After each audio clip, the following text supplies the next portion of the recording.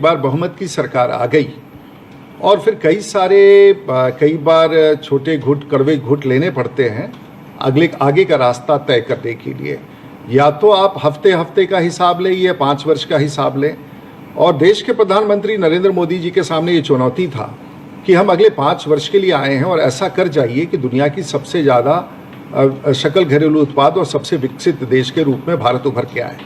और कई बार कठोर निर्णय के कारण कई सारे ऐसे परिस्थितियां उत्पन्न होती हैं जिसमें आर्थिक उत्क्षण के लिए कुछ गिरावट आता है, जो शायद उस फेज में था।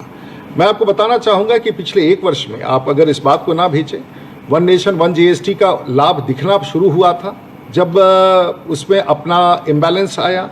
जो फाइनेंशियल इंक्लूजन का काम हम लोगों ने देहाती क्षेत्र में 32 करोड़ नए खाते खोले थे, चाहे वो जो डायरेक्ट बेनिफिट ट्रांसफर की योजनाओं के कारण 11,77,000 करोड़ रुपया किसान वैसे लोगों के खाते में सीधा गया था।